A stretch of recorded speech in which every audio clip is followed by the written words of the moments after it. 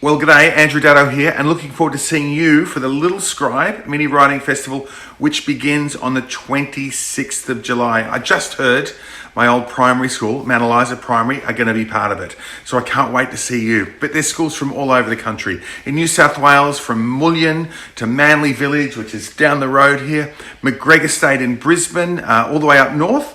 You've got the Essington International School, that's in Darwin. Then also in Victoria, Diamond Creek, Scotch College are going to be part of it. Used to play football against you. Go D's. Spread Primary. A shout out in Tassie to Honeywood Primary, and in Western Australia, Waggon District. And then South Australia's Raynella are doing a writing comp at the back end of the festival. So I can't wait to read your stories. Look, in case you haven't heard about it, we would love you to be part of the Littlescribe Mini-Writers Festival. Some of Australia's best authors sharing their writing secrets. We'll see you then, end of July.